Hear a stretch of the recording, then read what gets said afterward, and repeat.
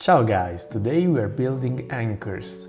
In the plans you find in the kit of the Sherburne there are no drawing of the anchors. So I was lucky enough, Labelle has a pair of anchors which are the same length of the one used in the Sherburne in the correct scale of 163. So I started copying those drawings and gluing them in a 1.5mm brass sheet.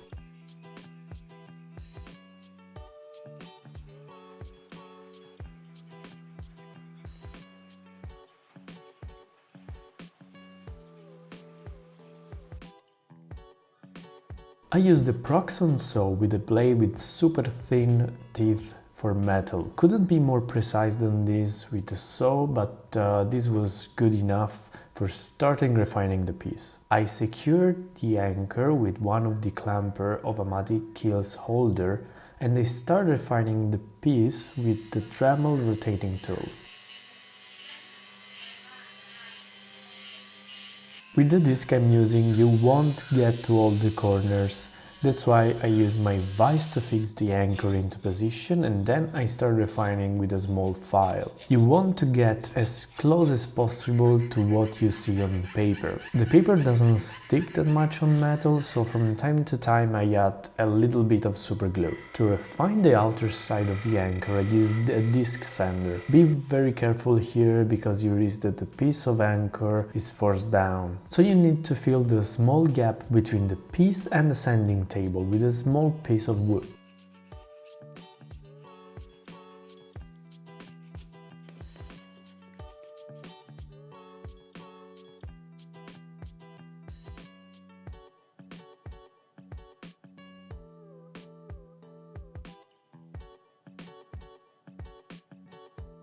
For the other smaller pieces of the anchors, called flukes, I used a 0.5mm brass sheet. Those are in fact slightly thinner than the throat and the shank of the anchor.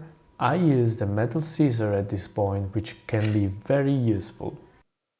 When working brass or wood, every tool does a specific job, so you shouldn't try to refine flukes using just the scissors. The last step should always be the refining using a file.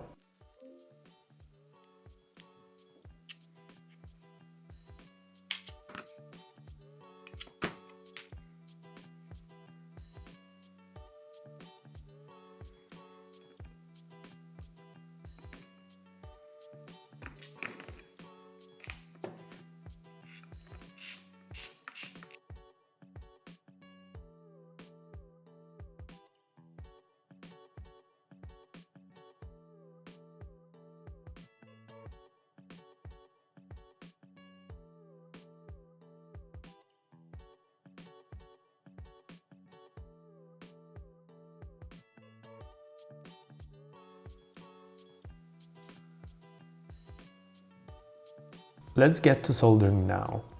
Two important concepts here. First is soldering paste. You should always apply it before doing anything else. And second, always consider applying a little bit of tin on the face where you're pressing the soldering iron. This will also melt the tin underneath.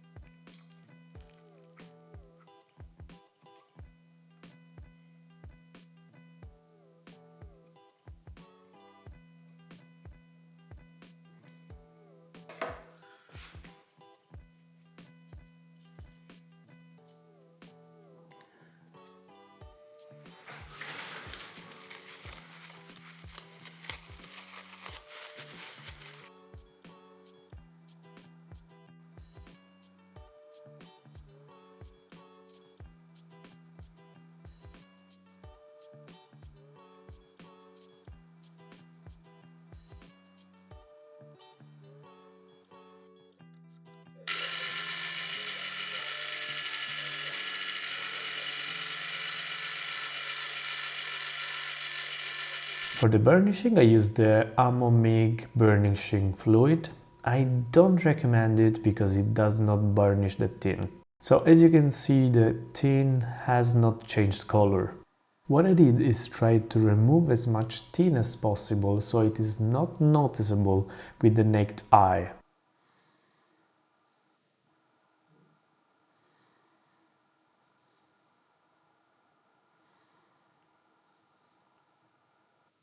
So the reason why I decided to build these anchors from scratch is because the one that you find in the kit are very fragile. They literally broke after I pulled them out from the box. So if you're not considering following this video to build these guys from scratch, be very careful when you start working on the anchors. Right now I'm exploring other products for doing so, and as you've seen, paint is not one of them.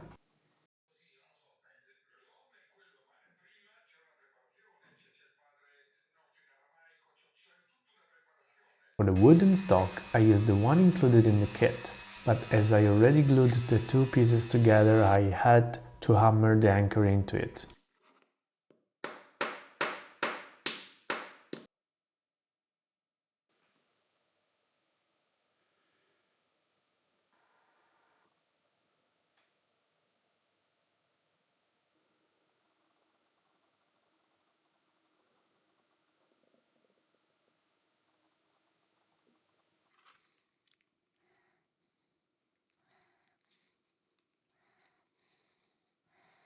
What you're seeing in the video now is an efficient way to build the ring of the anchor.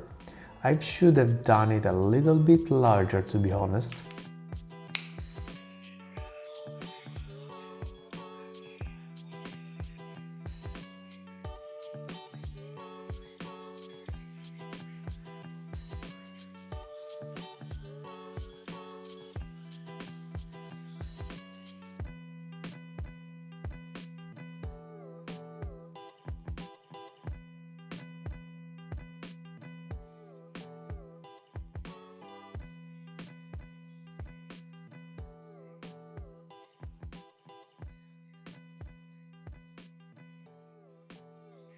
The ropes I'm using is literally the smallest one I can build, and as you can see, it's not that thin. So this contributed to shrink the ring hole even more.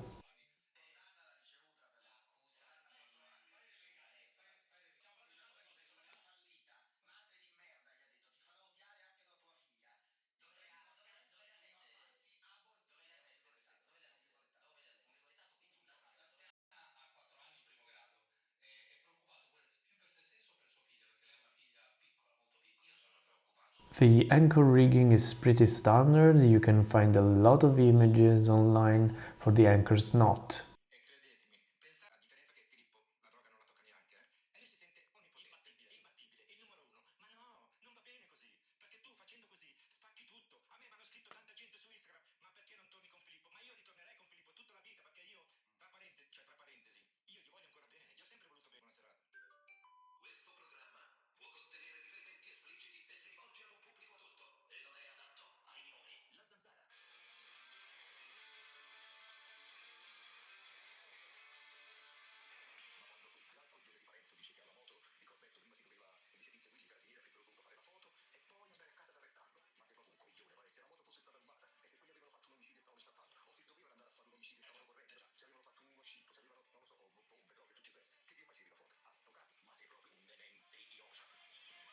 The only thing to be careful here are how much rope you have left for the anchor.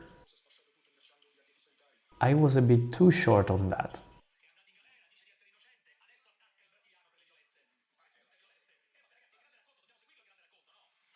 The plans and instruction manual at this point are very general and do not go into detail about how to fix the anchor.